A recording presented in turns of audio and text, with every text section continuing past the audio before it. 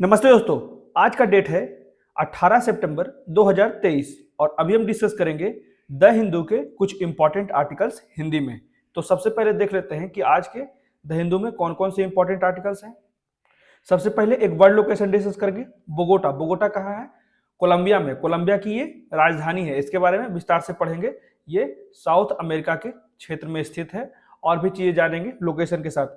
अगला आर्टिकल है नई संसद जो है वो कल से सत्र की मेजबानी करेगी। मतलब कि जो ट्यूसडे से नए सत्र का जो आरंभ होगा वो नए संसद जो बनाया गया है त्रिकोणीय अवस्था में उसमें शुरुआत हो जाएगी। अगला आर्टिकल है संसदीय आचरण में एक नया अध्याय गढ़ना। ये भी दोनों संबंधित है, इंटरकनेक्टेड है। ये भी संसद के काल से संबंधित है। ये शशि थरूर द्वारा एडिटोरियल में बहुत ही इंपॉर्टेंट आर्टिकल दिया गया है कि कैसे ब्रिटिशर्स के रूल को हम मानते हुए संसदीय व्यवस्था को अपनाएं और इसमें क्या क्या नई नई गलतियां सामने आने लगी। लोग चप्पलें फेंकने लगे संसद में, बहुत से नियमों का अवहेलना किया जाने लगा। तो इसको विस्तार से हम लोग पढ़ेंगे इस संसदीय आचरण में।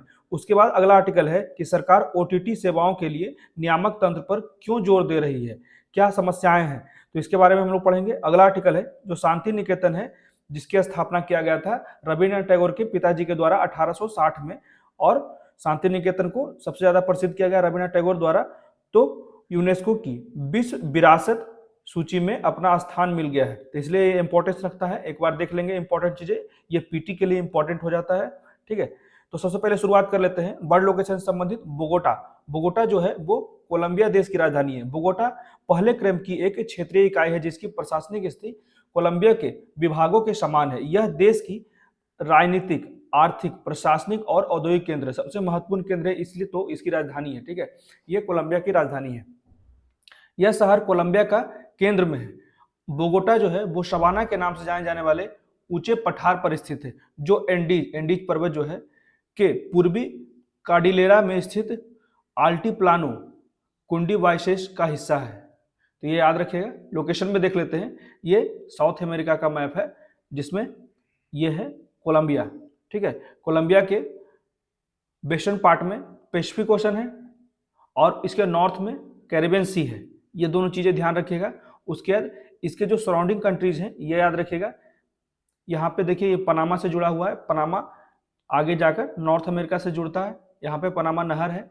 ठीक है, इसी को एक तरफ जो है वो कैरिबियन सी जो है वहां पे अटलांटिक ओशन से मिलता है, इधर पैसिफिक ओशन मिलता है। इक्वाडोर, पेरू, ब्राजील, वेनेजुएला, तो ये सारे लोकेशन याद रखिएगा। यहाँ पे देखिए बोगोटा है जो इसकी राजधानी है। तो ये कुछ चीजें इंपॉर्टेंट है, इसे याद रखिएगा। और इसका हम लोग फिजिकल मैप भी देख लेते हैं। यही चीजें इसमें भी है, कुछ खास इंपॉर्टेंस नहीं रखता है, बस एंडीज पर्वत है जो इसमें विजुअल भी नहीं कराया गया है। तो अगला आर्टिकल देख लेते हैं। नई संसद कल से सत्र की मेजबानी करेगा। ठीक है, यहाँ पे देख लीजिए ये जो नया संसद बन के तैयार हो गया है नए पीढ़ियों के अनुसार, तो इसमें जो है वो ट्यूसडे से कार्यकाल शुरू होगा। आज से ही मेनली जो संसद का विशेष सत्र शुरू हो रहा है 18 से, लेकिन आज जो है वो उसका अंतिम विदाई होगा जो पुराना संसद है हमारा। ठीक है, और कल ट्यूसडे है, उसी से हमारा नया संसद में कार्यकाल शुरू हो जाएगा, संसद का कार्यकाल। ठीक है, तो विशेष सत्र का पहला दिन पुराने भवन में होगा, दूसरा दिन जो होगा संसद नए भवन में जाएगा। कई पार्टियों की मांग है कि महिला आरक्षण बिल को मंजूरी दी जाए। तो नए संसद भवन के उद्घाटन के 3 महीने से अधिक समय बाद संसद को 18 से 22 सितंबर के बीच आयोजित होने वाले विशेष सत्र के दूसरे दिन मंगलवार को इसमें शुरुआत की जाएगी। तो संसदीय कार्य मंत्री जो है प्रहलाद जोशी ने पार्टियों के सदन के नेताओं को निर्णय के बारे में सूचित किया है और सत्र की पूर्व संध्या पर सरकार ने सर्वदलीय बैठक भी बुलाई है। तो ये बहुत ही इंपॉर्टेंस हो जा रहा है।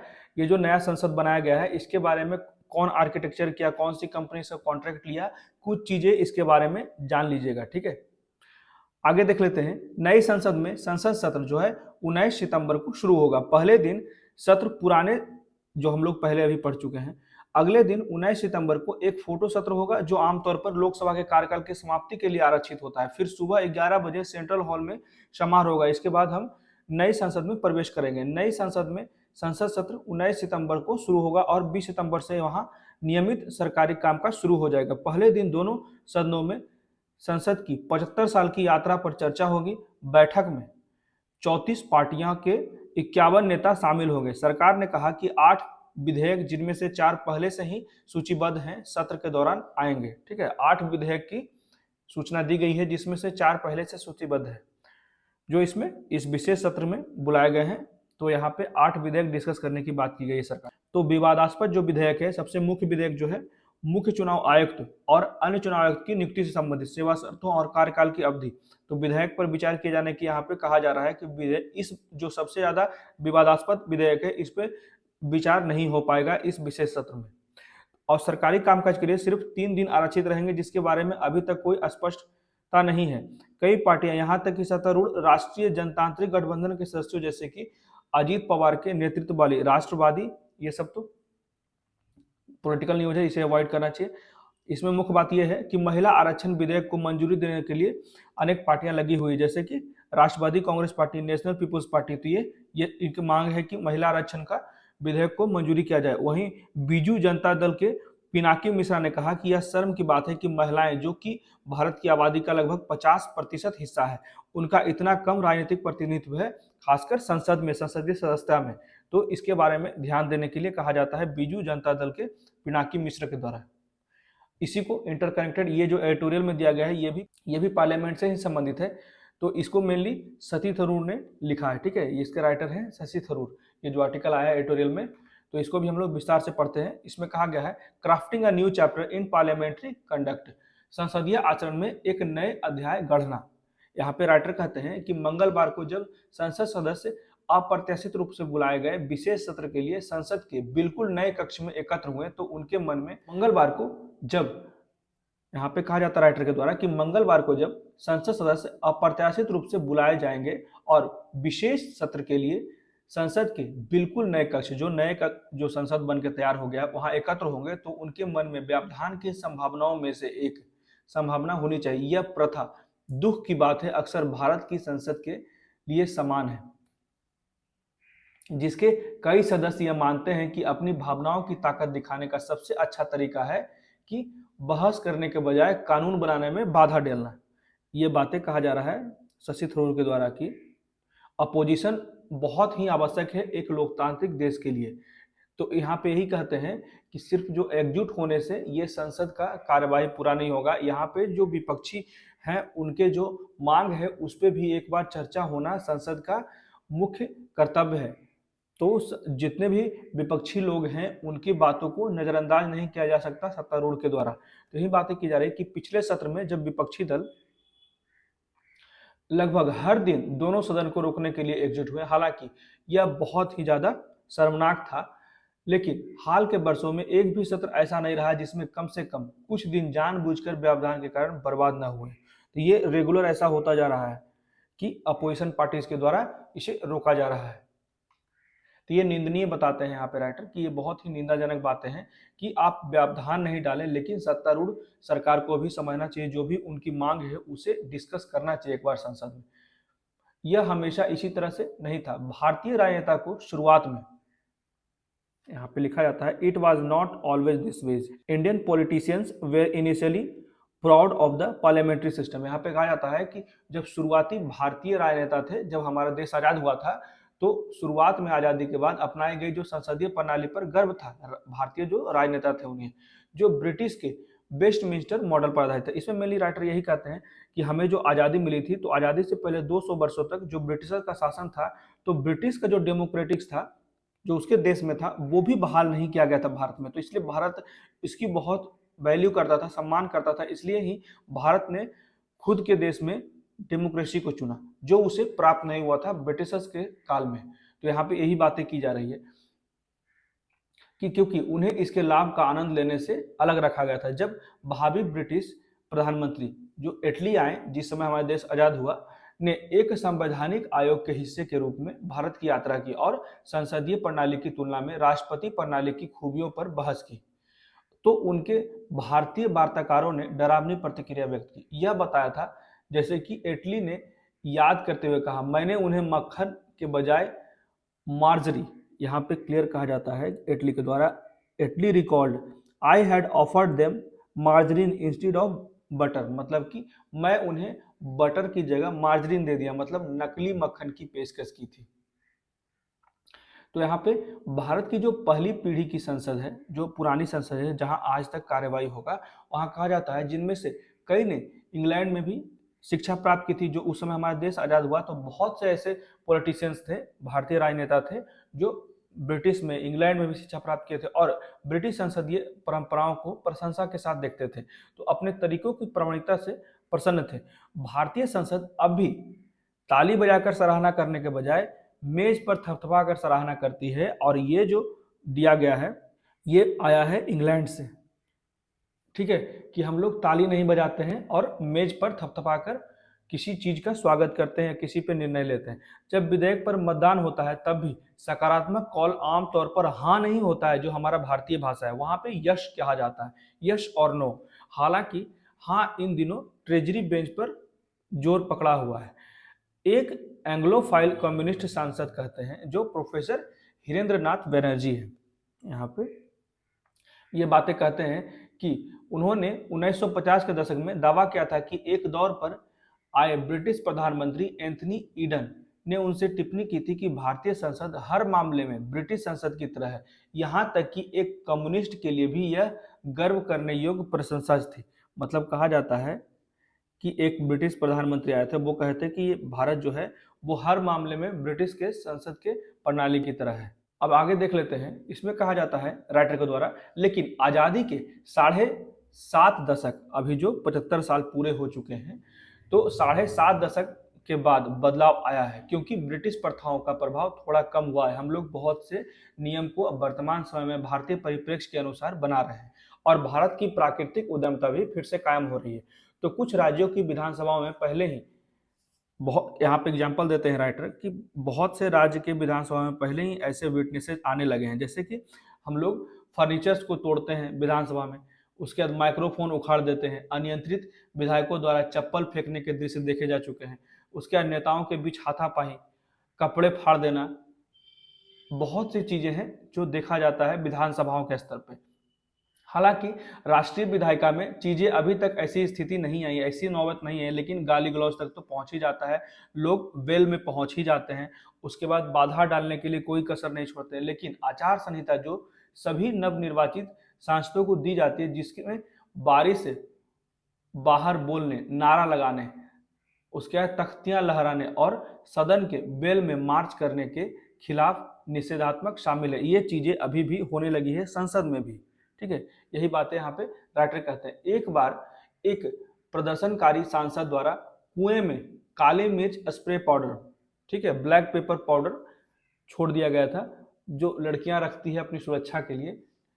तो ये सब जो है उनके संसदीय नियमों के उल्लंघन का है, एक उदाहरण है, जिसके परिणाम स्वरूप कुछ सांसदों को अस्पताल में भी भर्ती कराया गया था जिस समय वो काली मिर्च का स्प्रे छोड़ा गया था, और तत्कालीन अध्यक्ष को असुविधा का सामना करना पड़ा था, वो भी स्वास्थ्य असुविधा हो गया था। तो सामान्य रूप से आश्चर्यजनक वह दंड मुक्त है जिसके साथ कानून निर्माण उन नियमों का उल्लंघन करते हैं जिसका पालन करने के लिए उन्हें चुना जाता है। अब कई मौकों पर ऐसा भी होता है कि ये सब जो नियम को तोड़ा जाता है, संसदीय नियमों को तोड़ दिया जाता है, उल्लंघन किया जाता है, तो यहाँ पे बहुत जगह इन्हें निष्कासित भी किया जाता है और पीठासीन अधिकारी के द्वारा अनेक प्रकार की कार्यवाही भी की जाती है, उन्हें निलंबित भी किया जाता है, लेकिन कुछ महीनों के बाद चुपचाप उन्हें बहाल कर दिया जाता है, क्षमा याचना या कुछ को चुप करा दिया जाता है। तो ठीक है, ये ही कारण है कि इन लोगों का मन बढ़ता जा रहा है कि वो नियम नहीं फॉलो करते हैं, क्योंकि आपने दंडात्मक कार्यवाही करनी थी वो सही तरीके से नहीं की, इसलिए अनुशासनहीनता का जो डर होना चाहिए, भय होना चाहिए, डिटरेंस क्रिएट होना चाहिए, वो नहीं रहता है। इसी के कारण यहाँ पे ये सारी अनुशासनहीनता की अनेक प्रकार की कार्यों को देखा जाता है संसद सदस्यों द्वारा। तो विपक्ष के लिए भी यहाँ पे बात की जाती है कि स्पेस फॉर द अपोजिशंस। तो शायद यह समझ में आता है कि विपक्ष को उस प्रणाली में अपना स्थान देने की इच्छा से जहां दल बदल विरोधी कानून को अनिवार्य बनाया गया और पार्टी आधारित मतदान, मतलब कि यहाँ पे कहा जाता है व्हिप जब जारी किया जाता है तो अगर एक पार्टी जहां बोल दिया है कि जिसे वोट करना है उसी को सभी वोट करेंगे, यहाँ पे यही कहा जाता है कि पार्टी लाइन मतदान। उसके बाद लगभग सभी विधायी परिणामों को निर्धारित करता है, लेकिन इस प्रक्रिया में मानकों को निरंतर गिरा दिया जा रहा है। कहा जाता है कि जो विपक्ष से संबंधित बातें हैं निष्कासन के बजाय स्थगन को प्रस्तावित किया जाता है, निष्कासन के बजाय स्थगन को प्राथमिकता दी गई है। तो इसका परिणाम एक विचित्र रूप से भारतीय संस्थान है, जहां व्यवहार के मानक प्रचलित है, जिन्हें अधिकांश अन्य संसदीय प्रणालियों में बर्दाश्त नहीं किया जाएगा। तो यही चीजें यहाँ पे राइटर कह रहे हैं। ठीक है, यहाँ पे कहते हैं लेकिन क्या भारत की जो संसद है ऐसे ही चलेगा? ये जो निरंतर समस्याएं आ रही है, अनेक प्रकार के अनुशासनहीनता आ रही है, विपक्षियों द्वारा वो कार्रवाई को व्यवधान दिया जा रहा है, जिससे कि जितने महत्वपूर्ण कार्यकाल रहते हैं वो ऐसे ही स्थगित हो जाते हैं या झगड़े विवाद के भेंट चढ़ जाते हैं। तो ये सारी समस्याएं जो आ रही है, सत्तारूढ़ जो है वो अगर पूर्ण बहुमत पा लिया तो वो बिना विपक्ष से पूछे ही अनेक महत्वपूर्ण कानून को पास करा देता है। तो ये सारी समस्याएं हो रही है। तो यहाँ पे यही राइटर कर रहे हैं लेकिन क्या भारत की जो संसद है ऐसे ही चल सकती है? लेकिन क्या कई लोगों को चिंता है कि इस तरह के आचरण से विधायिका को जनता के नजर में इतनी बदनाम कर दिया है कि संस्था की विश्वसनीयता को भुनाया नहीं जा सकता है। तो यह एक लोकतांत्रिक व्यवस्था के ताबूत में एक और कील होगी, जो पहले से ही एक अतिरंजित मतलब अभिमान पूर्वक जो मन में आया करेंगे। ठीक है, अभिमान पूर्वक सरकार, मीडिया की धमकी। मीडिया भी मोस्टली क्या होता है कि जिधर सत्तारूढ़ पार्टी होती है उधर ही मीडिया का भी रुख होता है, उधर भी स्टैंड होता है। वही उसके विरुद्ध जो न्यूज होता है वो उसे दिखाते नहीं है, और जो उसके फायदे के लिए होता है वो उसे दिन भर टेलीकास्ट करते रहते हैं। उसके बाद स्वायत्त संस्थानों को खोखला बनाया जा रहा है, राजनीतिक विरोधियों पर जांच एजेंसियों के दबाव बहुत जगह देखा गया है। अभी ही ये सत्तारूढ़ पार्टी जो भारत में शासन कर रही है, विपक्षी पार्टियों पर अनेक प्रकार के अनेक बार सीबीआई का अनेक तरह का जांच बैठाया गया है। तो ये सारी चीजें जो दिखाई जा रही है यहाँ पे, इसी के कारण राइटर कहते हैं कि क्या भारत की संसद ऐसे ही चलेगी? और संसदीय सम्मेलनों के लिए भारत की घोर उपेक्षा से भी गंभीर हमलों का सामना करना पड़ रहा है। तो वर्तमान में संवेदनशील मुद्दों से निपटने वाली सभी प्रमुख संसदीय समितियों की अध्यक्षता जो है वो सत्तारूढ़ दल या उसके सहयोगियों के सांसदों द्वारा की जाती है। तो यही एक कारण है कि हर एक जगह जो महत्वपूर्ण पद है वो सत्तारूढ़ पार्टी ने अपना लिया है, जबकि ऐसा नियम नहीं था। ठीक है, उदाहरण के लिए परंपरा की उपेक्षा करते हुए विदेश मामलों की समिति की अध्यक्षता हमेशा एक विपक्षी सांसद द्वारा की जाती थी, ताकि यह दिखाया जा सके कि जो राष्ट्र है वो विदेशी नीतियों पर एकमत है। परंतु अभी वर्तमान समय में ऐसी नीतियों को धूमिल किया जा रहा है और सत्तारूढ़ पार्टियां जो है, जो भी विशेष मामला है विदेश के लिए, उसके लिए अपने संसद सदस्यों को वहां पे नियुक्त कर दे रहा है। तो शायद उसका उत्तर जो है वो प्रेरणा के लिए एक स्रोत है। तो वेस्टमिंस्टर, जिसके कारण हमारा भारतीय प्रणाली आया, भारतीय संसदीय प्रणाली, तो वेस्टमिंस्टर के सदनों की ओर लौटने में नहीं थे। देखा जाता है जो ब्रिटिशर्स का जो संसदीय प्रणाली, वहां कहा जाता है कि दो ब्रिटिश संसदीय प्रणालियां हैं जिन्हें आश्चर्यजनक रूप से भारत द्वारा कभी नहीं अपनाया गया है, जिन्हें यदि हमारी प्रथाओं में लाया जाता है तो व्यवधान के किसी भी प्रावधान को, तो यही कहा जाता है कि ब्रिटिश के जो दो संसदीय प्रणालियां ऐसी है जो हम लोग ने नहीं अपनाया, भारतीय संसदीय प्रणालियों ने नहीं अपनाया। अगर ऐसा अपना लिया जाता तो हमारे यहाँ जितने भी व्यवधान हो रही है उसका प्रोत्साहन नहीं होता। Could remove any initiative for disruption, जो भी कार्यकाल होता है संसद का, उस समय जो डिसरप्शन होता है इससे बचाया जा सकता था अगर हम लोग दो ब्रिटिश संसदीय प्रणाली को अपना लेते। तो पहला है यह कि विपक्ष को एजेंडा तय करने के लिए एक सप्ताह में एक दिन की अनुमति दी जाए, क्योंकि व्यवधान को हमेशा उचित ठहराया जाता है ताकि सरकार को उस मुद्दे पर बहस करने के लिए मजबूर किया जा सके, और वह नहीं चाहता।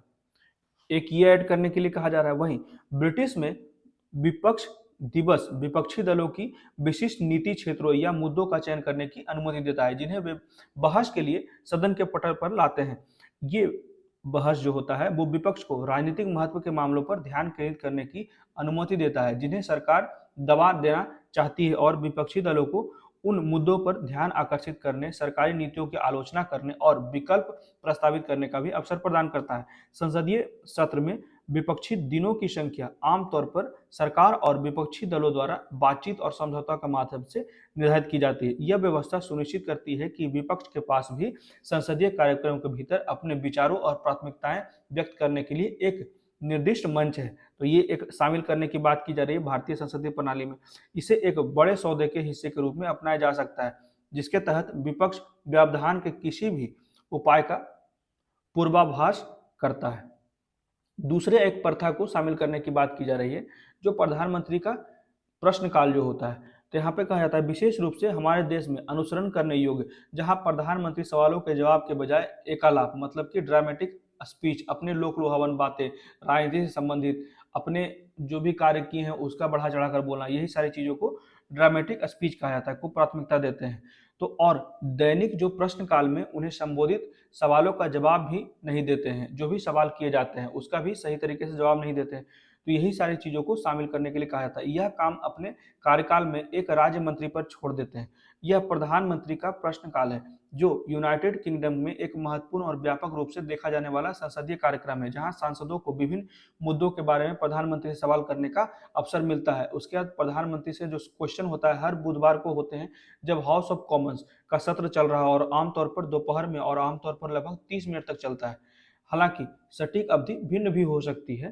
तो विपक्ष के नेता और सरकार और विपक्ष दोनों बेंच के सांसदों के बीच बारी बारी से सवाल पूछने का क्रम होता है। तो विपक्ष के नेता कई छोटे प्रश्न पूछकर शुरुआत करते हैं, उसके बाद पूरक प्रश्न पूछते हैं और फिर अन्य सांसद जो है आगे बढ़ते हैं और अपना भी सवाल रखते हैं। तो प्रत्येक प्रश्न जो होता है अपेक्षाकृत छोटा होता है और प्रधानमंत्री उसी प्रकार उत्तर देते हैं। प्रधानमंत्री से जो सवाल पूछा जाता है उत्साही आदान प्रदान के लिए जाने जाते हैं और ब्रिटेन में बेहद लोकप्रिय है। दोनों ब्रिटिश संसदीय प्रणाली की कार्यकारी जवाबदेही के परंपरा के प्रमुख पहलू हैं। जबकि विपक्षी दिवस, ये दो चीजें बहुत ही महत्वपूर्ण कहा गया, विपक्षी दिवस और प्रधानमंत्री से सवाल किया गया, ये दोनों चीजें प्रश्नकाल उग्र और अक्सर टकराव वाले मामले हो सकते हैं। कभी कभी राजनीतिक रंगमंच की विशेषता होती है, वे सांसदों को प्रधानमंत्री और सरकार की जांच करने की अनुमति देने का महत्वपूर्ण कार्य करते हैं। तो यूके की लोकतांत्रिक प्रक्रिया के केंद्र में है, जो यूके के लोकतांत्रिक जो संसदीय प्रणाली है वहां ये दोनों प्रथा मुख्य रूप से शामिल किया गया है। इसलिए वहां पे विपक्ष जो है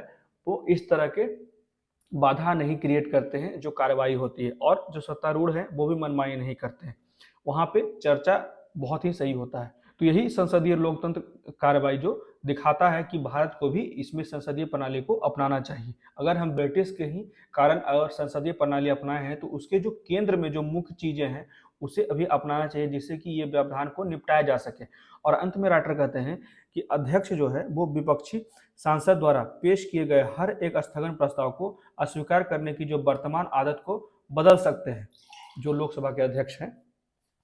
तो विधेयकों में सभी प्रस्तावित संशोधन को एक में जोड़ना और उन्हें बिना चर्चा के ध्वनि मत से खारिज करना, ये सारी चीजें जो अगर ओपोजिशन पार्टी लेके आए हैं तो उस विधेयक को बिना किसी चर्चा के खारिज कर देना, ये सभी आदतों को बदलना होगा। विभाजन के माध्यम से असहमति दर्ज करने के अनुरोधों पर भी ध्यान देने से इनकार करना होगा। और ये संसदीय तकनीकों विपक्षी सदस्यों को यह महसूस कराने के लिए आवश्यक है कि वे अप्रासंगिक लोगों के बजाय किसी संस्था के मूल्यवान सदस्य हैं, जिनकी हमेशा उपेक्षा की जाती है और उन्हें वोट से बाहर किया जा सकता है।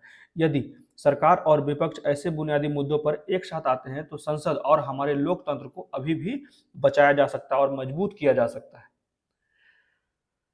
तो ये थी पूरा का पूरा आज का आर्टिकल, जो कि मेनली बताया गया कि संसदीय प्रक्रिया में क्या क्या खामियां हैं और ब्रिटिश संसद से हमें क्या क्या सीखना चाहिए। अब अगला आर्टिकल की ओर आ जाते हैं। इसमें कहा जाता है कि why is the government pushing for regulatory mechanism for OTT services. सरकार ओटीटी सेवाओं के लिए नियामक तंत्र पर जोर क्यों दे रही है, क्या हुआ ऐसा, व्हाट हैपेंड। यहाँ पे कहा जाता है ओटीटी सेवाओं पर जो चयनात्मक प्रतिबंध लगाने पर चर्चा तब हुई जब एक संसदीय समिति ने बड़े पैमाने पर पहुंच, यहाँ पे कहा जाता है ये चर्चा का शुरुआत तब हुआ जब एक parliamentary standing committee issued a notice to a parliament और टेलीकॉम, ठीक है, डीओटी। तो यही बातें की जा रही है कि जब एक स्टैंडिंग कमेटी ने, पार्लियामेंट्री स्टैंडिंग कमेटी ने नोटिस भेजा, तभी ये समस्या शुरू हुई। ने बड़े पैमाने पर पहुंच और प्रभाव वाले इन प्लेटफॉर्मों के कारण होने वाली अशांति के कारण इस विकल्प का पता लगाने के लिए डीओटी को नोटिस जारी किया।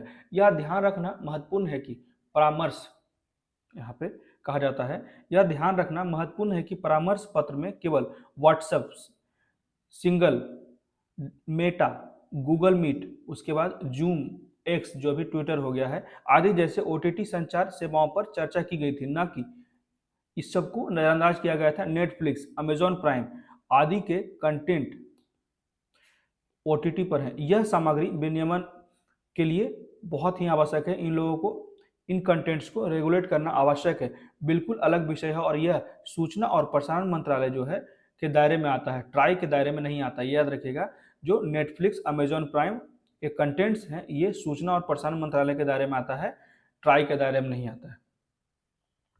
अब यहाँ पे पूछा जाता है टीएसपी और ओटीटी के बीच क्या टकराव है। टीएसपी का फुल फॉर्म होता है telecommunication service provider and OTT का फुल फॉर्म होता है over the top and refers to technology that delivers a streamed content over the internet. दूर संचार सेवा प्रदाताओं की राय है कि ओटीटी को विनियमित और चार्ज किया जाना चाहिए क्योंकि वे वर्षों से ऑपरेटरों द्वारा बनाए गए बुनियादी ढांचों का उपयोग करते हैं और पनपते हैं, आगे बढ़ रहे हैं। आगे यहाँ पे कहते हैं राइटर कि ओटीटी संचार जो होता है वो सेवाओं के कारण दूर संचार कंपनियों के राजस्व में कमी हो रही है। मतलब कि ओटीटी के आ जाने से दूर संचार की कंपनियों का राजस्व में बहुत भारी गिरावट देखने को मिला है, उनके रेवेन्यू में बहुत भारी गिरावट देखने को मिला है। जबकि इंटरनेट का तो उपयोग जो हो रहा है वो दूरसंचार की कंपनियों का ही हो रहा है और फायदा जो हो रहा है वो ओटीटी जैसे प्लेटफॉर्म्स का हो रहा है। तो यही बात यहाँ पे कहा जा रहा है कि ये प्लेटफॉर्म उपयोगकर्ताओं को मल्टीमीडिया मैसेजिंग सर्विस भेजने, वॉइस और वीडियो कॉल के लिए त्वरित मैसेजिंग, इंटरनेट पर त्वरित सेवाओं की एक श्रृंखला प्रदान करते हैं। यह पारंपरिक दूरसंचार जो पहले से जो दूरसंचार कंपनियां हैं, टेलीकम्युनिकेशन कंपनियां हैं, विशेष रूप से वॉइस कॉल जो हम लोग मोबाइल से करते हैं, टेक्स्ट जो मैसेज करते हैं की आवश्यकता को कम कर रही है, खत्म कर रही है, जिससे कि दूरसंचार कंपनियों के राजस्व प्रवाह में बहुत बड़ी कमी देखने को मिल रही है। जियो, एयरटेल, वोडाफोन जैसे दूरसंचार जो कंपनियां हैं वो प्रतिनिधित्व करने के लिए cellular operators association of India COAI, ठीक है, ने जवाब दिया। यही बातें यहाँ पे कहा जा रहा है कि जो ओटीटी प्लेटफॉर्म्स है वो इंटरनेट का उपयोग तो करती है दूरसंचार सेवाओं का, परंतु इससे हो क्या रहा है, जो दूरसंचार की जो बहुलता है, जो उसकी आवश्यकता है वो धूमिल हो रही है। तो यहीं पे कहा जा रहा है कि अगर इंटरनेट का जो प्लेटफॉर्म है उसमें उसको रेवेन्यू में बंटवारा करने की आवश्यकता है, ऐसा कहा जा रहा है cellular operators association of India के द्वारा। इसमें कहा जाता है cellular operators association of India के द्वारा तर्क दिया जाता है कि ओटीटी संचार सेवा प्रदाता न तो सरकारी खजानों में योगदान करती है और न ही देश में नेटवर्क बुनियादी ढांचे के प्रसार में टीएसपी की तरह, ठीक है, ओटीटी जो है वो टीएसपी की तरह निवेश भी नहीं करती है देश में बुनियादी ढांचों के विकास के लिए, इंफ्रास्ट्रक्चर को डेवलप करने के लिए। तो ओटीटी संचार सेवा प्रदाता एक्सेस नेटवर्क के लिए डिजिटल बुनियादी ढांचे की स्थापना और रखरखाव में योगदान किए बिना टीएसपी वित्त पोषित जो जितने भी नेटवर्क टेलीकॉम नेटवर्क्स हैं वो जैसे टेलीकम्युनिकेशन सर्विस प्रोवाइडर्स हैं उनके वित्त पोषित नेटवर्क पर मुफ्त यात्रा कर रही है, मुफ्त एक्सेस ले रही है, ठीक है, उसी के इंटरनेट से ये अपना बहुत बड़ी संख्या में कमाई कर रही है। अभी देख रहे हैं कि निरंतर जो ओटीटी प्लेटफॉर्म बहुत तेज से फैल रहा है, बड़े बड़े अभिनेता अभिनेत्रियों का वहां पे अनेक प्रकार के सीरीज आ रहे हैं क्योंकि उसका इनकम ज्यादा हो रहा है। तो मांग क्या है, डिमांड क्या है टीएसपी का, तो यहाँ पे जो दूरसंचार कंपनियां हैं उनका डिमांड है कि ग्राहकों की संख्या या डेटा उपयोग जैसे मूल्यांकन योग्य मानदंडों के आधार पर बड़े ओटीटी सेवा प्रदाताओं से दूरसंचार नेटवर्क ऑपरेटर तक उचित हिस्सेदारी, यहाँ पे वही कही जा रही हिस्सेदारी, उचित हिस्सेदारी दी जाए जिससे कि रेवेन्यू का नुकसान इन्हें भी ना हो। को सक्षम बनाने के लिए एक नीति ढांचा बनाने की बात की गई, पॉलिसी बनाने की बात की जो निष्पक्षता सुनिश्चित करने और बढ़ी हुई डेटा मांग की भरपाई की जा सके। ओटीटी के लिए टीएसपी को उचित शेयर शुल्क, वही टीएसपी मतलब टेलीकम्युनिकेशन सर्विस प्रोवाइडर को उचित शेयर शुल्क और भुगतान करना उचित होगा। और यही बातें यहाँ पे COAI के द्वारा कहा गया है, मतलब cellular operators association of India ने यहाँ पे फिर भी कहा कि टीएसपी को ओटीटी से प्राप्त धनराशि नेटवर्क के विकास में मदद मिलेगी और सरकारी खजाने में भी योगदान बढ़ेगा अगर ये अपना जो रेवेन्यू है उसका एक निश्चित मात्रा टीएसपी को देता है। इसी तरह internet service provider association of India ने जवाब दिया, यदि ओटीटी सेवाएं लाइसेंस प्राप्त सेवा प्रदाताओं द्वारा दी जाने वाली एक प्रतिस्थापन योग्य सेवा है तो ऐसी ओटीटी सेवाओं को सरकार द्वारा दिए गए दूरसंचार लाइसेंस के तहत दी जाने वाली कंटेंट्स सेवाओं के रूप में माना जाना चाहिए। तो यानी कि ऐसी सभी ओटीटी सेवाएं समान नियमों के द्वारा शासित होनी चाहिए, भले ही वे किसी भी ऑपरेटर द्वारा अपने नेटवर्क पर या इंटरनेट के माध्यम से अपने कंटेंट को दिखाया जाता है। तो यहाँ पे इसे रेवेन्यू को टीएसपी के साथ, टेलीकम्युनिकेशन सर्विस प्रोवाइडर के साथ साझा करने की आवश्यकता है, जिससे जो इन्हें रेवेन्यू का नुकसान हो रहा है, पैसे का नुकसान हो रहा है, उसकी भरपाई की जा सके, और जिससे जो सरकार यहाँ पे नेटवर्क्स के लिए नए नए इंफ्रास्ट्रक्चर डेवलप करिए उसमें भी उनको शामिल किया जाएगा और देश में के सरकारी खजाने में भी योगदान किया जाएगा। ठीक है, यहाँ पे और लोग क्या कहते हैं, internet and mobile association of India ने प्रस्तुत किया कि लागत साझाकरण मांगों को अक्सर एक मॉडल के माध्यम से व्यक्त किया जाता है जहां भेजने वाला पार्टी नेटवर्क ऑपरेटर को भुगतान करता है। इसका मतलब अनिवार्य रूप से एक ही सेवा के लिए 2 बार शुल्क लेना होगा, क्योंकि उपभोक्ता ऐसे भी तो लिया ही जा रहा है। जैसे मान लीजिए हम लोग इंटरनेट भरवाते हैं, इंटरनेट का अलग से पैसा लग रहा है, उसके बाद मान लीजिए हॉटस्टार पे हम लोग मैच देख रहे हैं, उसका सब्सक्रिप्शन हमें अलग से लेना पड़ता है, तो यहाँ पे 2 बार शुल्क लेना होगा, क्योंकि उपभोक्ता पहले से ही उपभोग किए गए डेटा के लिए टीएसपी का भुगतान करते हैं। इससे मुफ्त या सस्ती सामग्री तक पहुंचने की लागत बढ़ जाएगी, जिसका एक हिस्सा अंततः भुग यहाँ पे इसके द्वारा कहा जाता है इंटरनेट एवं मोबाइल एसोसिएशन के द्वारा कि और भी पैसे लेने पड़ेंगे अगर यहाँ पे हम लोग बंटवारा करते हैं रेवेन्यू का ओटीटी और टीएसपी के द्वारा। ठीक है, तो यही बात यहाँ पे जिससे कि इंटरनेट उपयोग की लागत और बढ़ जाएगी और ये मुख्यतः जो कस्टमर है, यहाँ पे कहा जा रहा है कस्टमर पे बोझ बढ़ जाएगा। तो यहाँ पे internet and mobile association of India ने कहा कि यह नेट तटस्थता, नेट न्यूट्रलिटी के सिद्धांत के भी खिलाफ है। इसमें कहा गया है कि नेटवर्क को इसके माध्यम से प्रसारित होने वाली सभी सूचनाओं के प्रति तटस्थ होना चाहिए। इंटरनेट फ्रीडम फाउंडेशन ने भी ओटीटी सेवाओं पर चुनिंदा प्रतिबंध लगाने के प्रस्ताव की आशंका जताई है। तो ये सारे लोग यही बातें कह रहे हैं। और यहाँ पे कहा जा रहा है कि ओटीटी सेवाओं पर प्रतिबंध लगाने का तर्क क्या है। ओटीटी ग्राहकों का स्थान प्राप्त करते हैं और आसानी से पहुंच पर रोक लगा सकते हैं। एक बार जब ओटीटी संचार सेवाएं लाइसेंस के अंतर्गत आ जाएगी तो इस प्रतिबंध को लागू करना बहुत ही आसान हो जाएगा।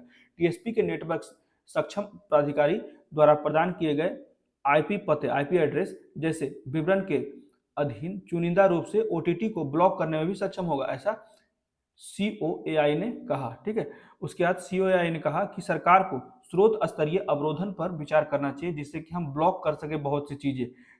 फ्री में आप मेरा इंटरनेट उपयोग कर रहे हैं और हमें रेवेन्यू में साझेदार भी नहीं बना रहे हैं, इसी के लिए यहाँ पे टीएसपी के ऐसे कदम उठाने की बात चल रही है। तो यहाँ पे IAMAI का मानना है कि ओटीटी सेवाओं को नियंत्रित करने वाले अतिरिक्त नियमों को लागू करने की कोई आवश्यकता नहीं है। यहाँ तक कि ओटीटी सेवाओं पर चुनिंदा प्रतिबंध लगाने की किसी नियामक ढांचे की भी आवश्यकता नहीं है, ऐसा ये कहते हैं IAMAI। ठीक है, ये ओटीटी का सपोर्ट कर रहे हैं कि उसे कोई जरूरत नहीं किसी अतिरिक्त शुल्क देने की। इसी तरह ब्रॉडबैंड इंडिया फोरम ने ओटीटी सेवाओं पर किसी भी चयनात्मक प्रतिबंध का दृढ़ता से विरोध किया, क्योंकि वे मौजूदा आईटी अधिनियम 2000 और उपभोक्ता संरक्षण अधिनियम 2019 और अन्य संबंधित अधिनियमों और नियमों के तहत पर्याप्त रूप से विनियमित करने की बात की। तो यहाँ पे कहा गया है राइटर के द्वारा कि हमारा निवेदन है कि ओटीटी सेवाओं पर चयनात्मक प्रतिबंध लगाने के लिए विकल्पों का पता लगाया जाना चाहिए और उन्हें लागू किया जाना चाहिए। ओटीटी प्रदाताओं को आईटी समाधान लागू करना चाहिए जो उन्हें इंटरनेट आउटेज की स्थिति में अपनी सेवाओं को तेजी से निलंबित करने की अनुमति देगा, ऐसा सीओएआई ने कहा। ठीक है, कुछ लोग उसके तरफ भी हैं, ओटीटी के तरफ भी हैं, लेकिन ये जरूरी भी है रेगुलेट करने के लिए, नहीं तो वो अपने बहुत से अनाप शनाप कंटेंट भी लाते रहते हैं ओटीटी पे। तो ये सारे में एक रेगुलेशन पॉलिसी आना आवश्यक है, जिससे कि जो हमारे टीएसपी हैं, जो टेलीकम्युनिकेशन सर्विस प्रोवाइडर है मुख्यतः, जो हमारे इंफ्रास्ट्रक्चर को डेवलप करने के लिए भी सहयोग देते हैं, तो इसे भी कुछ अपना रेवेन्यू इसके साथ साझा करना आवश्यक है। अब देख लेते हैं अगला आर्टिकल। ये आर्टिकल है जो शांति निकेतन है, जिसको यूनेस्को की विश्व विरासत सूची में अपना स्थान शामिल किया गया है। ठीक है, शांति निकेतन को यूनेस्को में शामिल कर दिया गया है, यूनेस्को वर्ल्ड हेरिटेज लिस्ट में। तो यहाँ पे कहा जाता है कि शांति निकेतन भारत के पश्चिम बंगाल प्रदेश के बीरभूम जिले के अंतर्गत बोलपुर के समीप छोटा सा शहर है। यह कोलकाता से लगभग 100 किलोमीटर उत्तर की ओर स्थित है। तो नोबेल पुरस्कार विजेता जो थे रविन्द्रनाथ टैगोर, उनके द्वारा विश्व भारती विश्वविद्यालय की स्थापना के कारण यह नगर प्रसिद्ध हो गया। ठीक है, विश्व भारती, ये भी याद रखिएगा, विश्व भारती यूनिवर्सिटी के कारण ये नगर प्रसिद्ध हो गया और इस नगर का नाम है शांति निकेतन। ठीक है, पूरा नगर है, आप गूगल में भी सर्च कीजिएगा तो शांति निकेतन टाउन बोला जाएगा। तो नोबेल पुरस्कार विजेता जो थे रविन्द्रनाथ टैगोर द्वारा स्थापित शहर शांति निकेतन ने रविवार को यूनेस्को की विश्व विरासत सूची में जगह बना ली।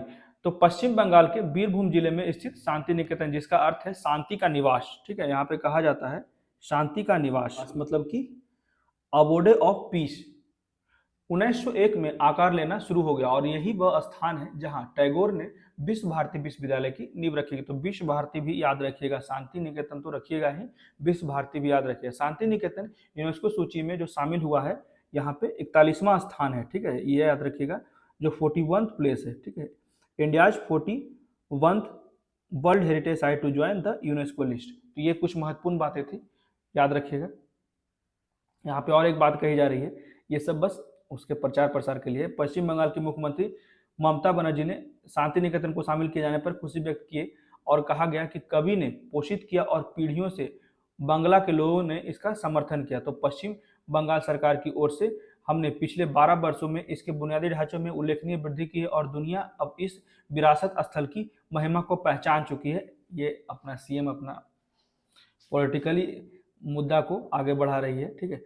उन सभी को बधाई जो बंगाल टैगोर और उनके भाईचारों के संदेश से प्यार करते हैं। शांति निकेतन को यूनेस्को की विश्व धरोहर सूची में शामिल करने का प्रस्ताव करने वाले जो संस्कृति मंत्रालय के दस्तावेज में बताया गया कि यह स्थान समय के साथ या दुनिया के सांस्कृतिक क्षेत्र के भीतर वास्तुकला या प्रौद्योगिकी कला, नगर नियोजन या भूदृश्य डिजाइन, स्मारकीय विकास पर मानवीय मूल्यों के एक महत्वपूर्ण आदान प्रदान को प्रदर्शित करती है। ये बहुत ही अच्छा बात था, ठीक है। तो ये था पूरा का पूरा इंपॉर्टेंट आर्टिकल जो आज द हिंदू में थे। कैसा लगा प्लीज मुझे कमेंट करके, मेरे वीडियो को ज़्यादा लाइक करें, शेयर करें और मेरे चैनल को सब्सक्राइब करें। Thank you.